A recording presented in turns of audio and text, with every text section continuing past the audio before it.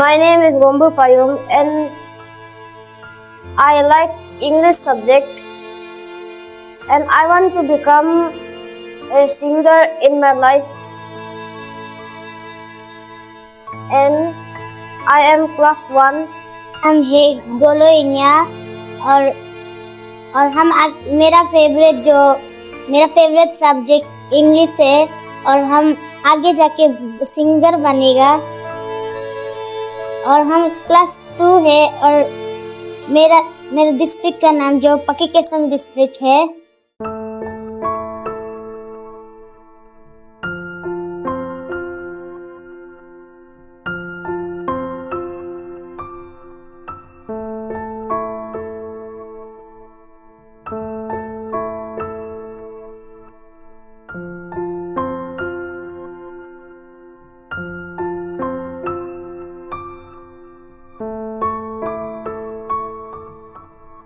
इस वक्त आप जुड़े हैं आपके अपने चैनल ईस्टर्न जर्नल के साथ और मैं हूं आपके साथ मुकेन लंबू। दर्शकों, जिंदगी में अक्सर हम बहुत कुछ करना चाहते हैं लेकिन उससे भी ज़्यादा हमारे पास काफ़ी सारे बहाने होते। अगर ये होता तो शायद हम कुछ कर लेते, अगर वो होता तो आज हम जिंदगी में सफल हो जाते। लेकिन ऐसे कई सारे लोग हैं जिनकी ज़िंदगी में काफ़ी सारी चुनौतियां हैं लेकिन वो हमारी तरह अपनी कमज़ोरी या फिर बहाने नहीं बनाते या फिर बातों को नहीं टाल देते, बल्कि अपनी कमज़ोरियों से ज़्यादा अपनी ताकत पर विश्वास रखते आगे बढ़ने के लिए, ज़िंदगी में कुछ करके दिखाने के लिए। जी बिल्कुल, इस वक्त मैं हूँ Donyipolo school for visually and hearing impaired बहुत ही खास बच्चों के साथ आज हम आपको मुलाकात करवाने वाले हैं। जी बिल्कुल, और उम्मीद करते हैं कि इस वीडियो से आप भी कुछ सीखेंगे, इस बच्चों से आप कुछ सीखेंगे, अपनी ज़िंदगी में कुछ करने के लिए प्रेरणा लेंगे। चलिए एक नज़र डालते हैं। आज के इस खास पेशकश के जरिए हम आपको दिखाना चाहते हैं कि कैसे ये विशेष बच्चे अपने दैनिक जीवन को संचालित करते हैं। वे सूर्योदय और सूर्यास्त नहीं देख सकते लेकिन फिर भी अपने स्कूल में समय पर पहुंचते हैं, वो भी बिना किसी के मदद ले। और कई बच्चे ऐसे भी हैं जो बोल नहीं सकते लेकिन फिर भी सीखने के लिए दृढ़ है और हर दिन कुछ नया सीखते हैं। हमें विश्वास है कि ये वीडियो आपको उनके जीवन का एक बेहतर पक्ष दिखाएगा। साथ ही हर बच्चा विशेष है, हर बच्चा क्षमतावान है। उन्हें उनकी कमियों के लिए नहीं बल्कि उनकी उपलब्धियों के लिए जाने, उन्हें सीखने का मौका दे और उन्हें भी आगे बढ़ने का मौका दे। मैम, फर्स्टली आप जो काम कर रहे हैं काबिल तारीफ है, तो मैं चाहती हूँ कि इन लोगों को आप मेरा इंट्रोडक्शन दें। मैं ईस्टर्न जर्नल चैनल से आई हूँ, मेरा नाम मुकेन लंबू है, रिपोर्टर हूँ और इन लोगों के स्कूल के ऊपर ख़ास हम ये एक बना रहे आज की ये डॉक्यूमेंट्री टाइप की, इन लोगों के स्कूल में कैसे पढ़ाया जाता है। और तो पहले आप ये बातें मैं चाहती हूँ इन लोगों तक पहुँचाएँ।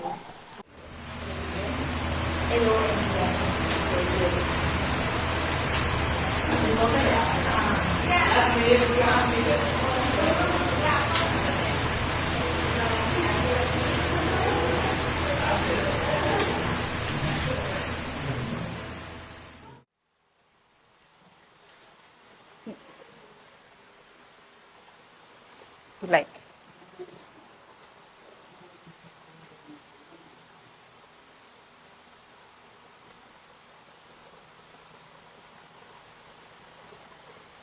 ये लोग तो अपना सब्जेक्ट क्या क्या सब्जेक्ट पसंद आ रहा है उसको बता रहे हैं। जैसे कि इसको एसएसटी पसंद है वाला है ना, उसको मैथ्स, इंग्लिश। और अगर मैम आप खुद इस तरह से साइन लैंग्वेज से इन्हें पढ़ाते हो तो हमें अगर इन लोगों से बातें करनी, उनके नाम पूछने हो तो किस तरह से हम पूछ सकते हैं इन्हें?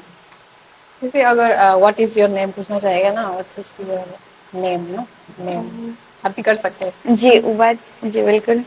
व्हाट ना, नेम।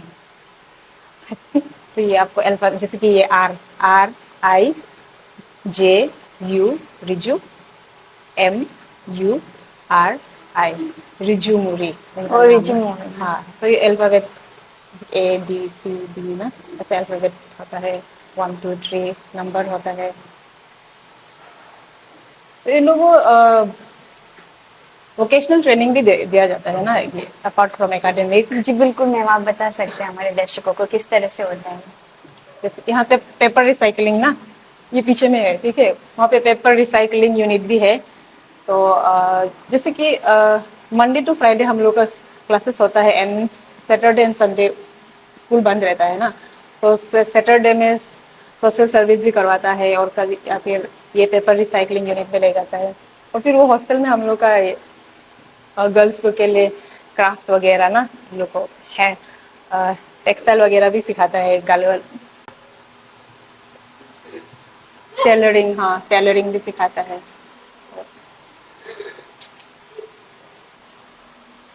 निटिंग निटिंग ये सब भी। जी बिल्कुल, ये कहना चाहते कि पढ़ाई के अलावा भी बहुत कुछ यहाँ पे हाँ, सिखाया हाँ। जाता है। मैं चाहती हूँ जब ये ऐसे बता रहे, अपने नाम बता के, अपनी क्लास बता के, उसके बाद इशारों में, उसके बाद अपने बारे में फिर बताए, फिर आप उसको ट्रांसलेट कर दें। PEMA Pema, PSERING Pema Tsering. Famous रहेंगे ना। जैसे कि इन लोग तो अपना ये एच आई ग्रुप के साथ साइन लैंग्वेज में बात कर सकते हैं, लेकिन जो नॉर्मल इंसान लोग है वो लोग बहुत ज्यादा लोग को तो साइन लैंग्वेज का बारे में इतना मालूम नहीं होता है, जी, तो बिल्कुल। उसमें कम्युनिकेट करने में प्रॉब्लम होता है वाला ना। फिर जैसे कि जॉब जॉब भी तो उन लोग का बहुत कम है, तो उसमें भी प्रॉब्लम होता है वह।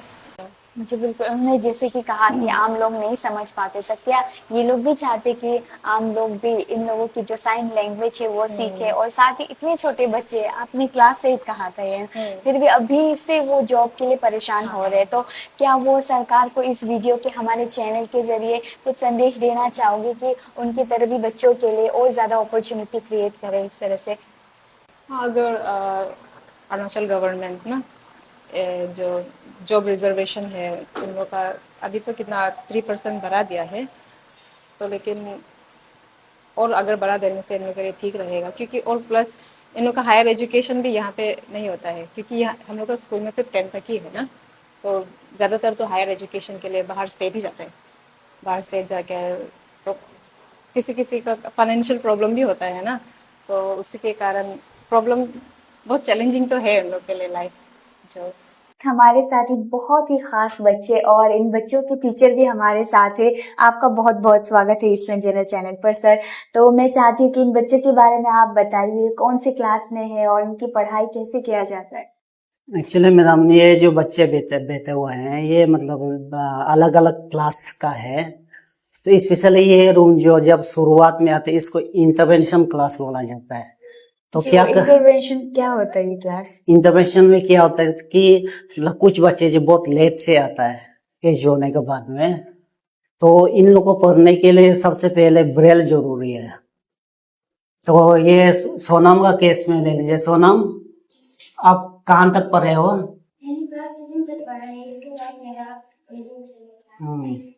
उसके बाद आप नहीं पढ़ पाए ना।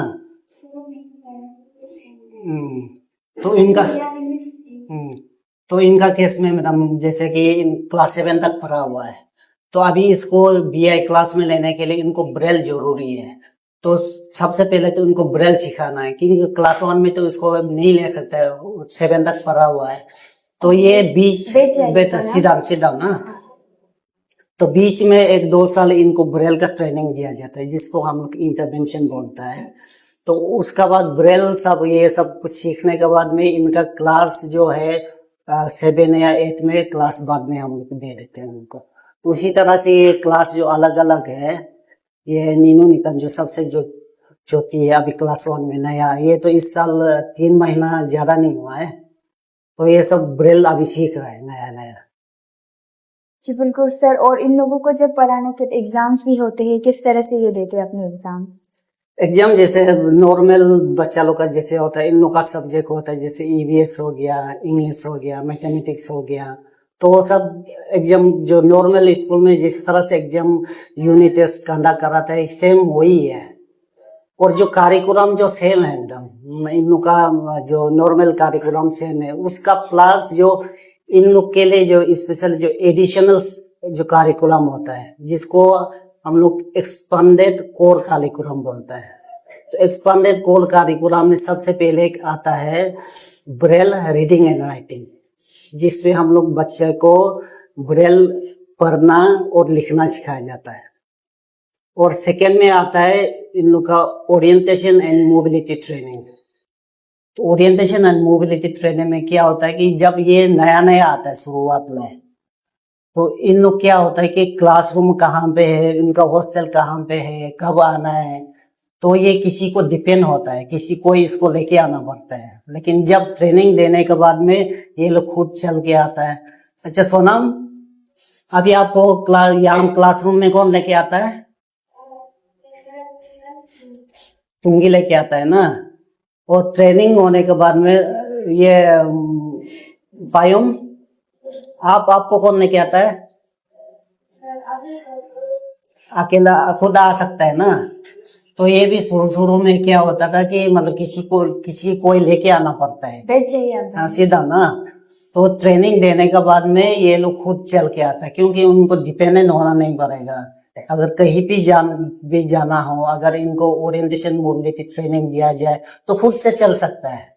एक केन स्टिक यूज करके आराम से चल सकते हैं। आप देखे होंगे बहुत सारे जो डिवीजन जो बीआई बच्चे हैं बहुत बाहर घूमते हैं, दिल्ली मुंबई खुद जाके आते हैं। तो उसी तरह से एक ट्रेनिंग है। और टॉप नंबर में है इन लोग का जो सेंसरी ट्रेनिंग, क्योंकि कुछ बच्चे जो मतलब पैदाइश से उन लोग को दिखाई नहीं देता है, तो उसको सेंस मतलब टच का द्वारा, स्मेल का द्वारा कुछ चीज को सिखाना। मान लो कि अब पेट्रोल और केरोसिन तो दोनों अलग चीज है, स्मेल भी अलग करता है, लेकिन इनको पता नहीं चलता है कि शुरुआत में कि कौन सा पेट्रोल है कौन सा डीजल है। तो उसी तरह से स्मेल के द्वारा उनको सिखाया जाता है कि ये इसका स्मेल जो पेट्रोल का है, इसका स्मेल जो केरोसिन का है। जैसे टच का द्वारा, मान लो कि अगर कुछ चीज गिर गया तो उसको किस तरह से ढूंढता है, उसका एक टेक्निक सिखाया जाता है बच्चा लोग को कि ढूंढता कैसा है। ऐसे नहीं कि आप ढूंढते रहेंगे नहीं लेंगे, एक टेक्निक होता है। तो उसी तरह से उनको सेंसरी ट्रेनिंग दिया जाता है। और टॉप नंबर पे है उन लोग का डेली लिविंग स्किल। इन लोग तो दिखाई नहीं देता है। कुछ बच्चे जो है क्या करता है, अपना बटन, ये शर्ट का बटन को ऊपर का नीचे को ऊपर करके आता है।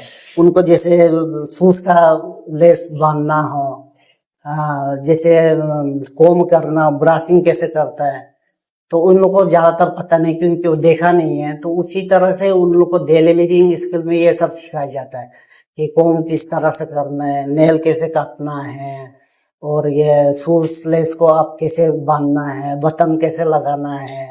तो ये सब डेली लिविंग स्किल में सिखाया जाता है। तो अभी ये स्टार्टिंग से सीख रहे हो, और बाकी बच्चे कुछ ऐसे भी जिन्होंने सीख लिया बिना कुछ मदद के, अपने ही वो से बलबूते पे पहनते हैं कपड़े या फिर कहीं जाते हैं, ऐसे भी बच्चे हैं। और जो हायर क्लास आप देखेंगे वो किसी को का ऊपर डिपेंड नहीं है। क्लासरूम में खुद आते हैं, खुद चला जाता है, नहाते खुद से, कपड़ा खुद धोते हैं, और डाइनिंग हॉल में खुद, डिनर टाइम लंच टाइम पे खुद जाते हैं, खुद आता है। बाहर जाने से भी खुद जाता है। उसको पहले तो खींच के ले जाना पड़ता था, पकड़ के ले जाना पड़ता, अभी इंडिपेंडेंटली खुद जाता है वो सब सिखाने के बाद में। और बहुत ही अनोखा है आपने जो बात बोला है, मैंने सच में बहुत आश्चर्य हो सर। साथ ही में यहाँ पे टोटल कितने बच्चे हैं जो शुरुआती से जिनके विजन नहीं था और फिर बाद में जिनको दिक्कत आने की वजह से यहाँ पर एडमिशन हुआ, कितने बच्चे? ज्यादातर हम लोग का जो बच्चे हैं जो शुरुआत पैदाइश से, जैसे कि इनका केस में ये बच्चे जो है पैदाइश से उनका मतलब दिखाई नहीं देता उसका है। और कुछ बच्चे जैसे सोनम का केस में लेटली हुआ है, उसका मतलब क्लास 7 पढ़ते समय। और एक दो बच्चा है जिसको मतलब पहले तो विजन ठीक था, तो अभी उनका विजन, और कुछ बच्चे ऐसे भी है कि जिसका विजन धीरे धीरे अभी जा रहा है। ऐसे भी बच्चे हैं। और डॉक्टर का कहना है कि अभी कुछ करेक्टिव का कुछ मतलब मेडिकल से कुछ होगा नहीं, तो हो सकता है आफ्टर में 10 और 15 ईयर्स के बाद उसका विजन तो चला जाए। तो उस तरह का बच्चे भी है। तो हम लोग का पास में 2 कैटेगरी का बच्चा है। एक जो है टोटली ब्लाइंड, जो बिल्कुल नहीं देखता है। एक जो है लो विजन, जिसको थोड़ा बहुत दिखते हैं। लो विजन का केस में जैसे कि ये पायोंग का केस में ये लड़का जो बताए हैं, ये लो विजन बच्चा है। और ये नीनो सबसे छोटा, ये इनका लो विजन है, थोड़ा बहुत देख सकता है, थोड़ा बहुत देख सकता है। और बाकी जो बिल्कुल नहीं देखता है। तो सर बहुत लोग ऐसे होते हैं कि इनके स्कूल के बारे में नहीं पता, या फिर अपने घर में बच्चे भी होते हैं, लेकिन उन्हें लगता है कि अगर इस तरह की कुछ दिक्कत है तो उन्हें घर पर ही बैठना चाहिए। उन लोगों के लिए आप कुछ संदेश देना चाहोगे, अपनी तरफ से कुछ अवेयरनेस? बिल्कुल। अभी भी हम लोग का अरुणाचल में बहुत सा जो रिमोट एरिया है, या तो जो माँ पिताजी जो मतलब जो गरीब होते हैं, तो बहुत सा हम लोग का मिथ्स भी ऐसा है कि इस तरह का बच्चे क्या कर पाएंगे। हाँ, पहले जमाना में इन लोग का कुछ नहीं था। आजकल ये जो जितना भी दिव्यांगजन है, अभी दिव्यांगजन नहीं रहा है, उन लोग का हर चीज में उन लोग को फैसिलिटी है। इवन जॉब में भी उन लोग का रिजर्वेशन हो गया। अभी उन लोग का मतलब जो डिसेबिलिटी था वो डिसेबिलिटी नहीं रहा आगे। तो ऐसा बहुत सा मिथ्स है कि ऐसा बच्चा को सोसाइटी में मतलब पेरेंट्स सोचता है कि अगर मेरा बच्चा को लेके जाएंगे तो उसको शर्म आता है। तो इसी का कारण से कभी कोई पेरेंट्स जो घर में भी रखता है बच्चा को, मतलब स्कूल वगैरह नहीं भेजते हैं। आप यहाँ पे देखे होंगे बहुत सा बच्चे क्लास 10 पास करके गए हैं, कोई यूनिवर्सिटी में है, कोई MA कर रहा है, कोई BA कर रहा है, बहुत बाहर पढ़ रहे हैं।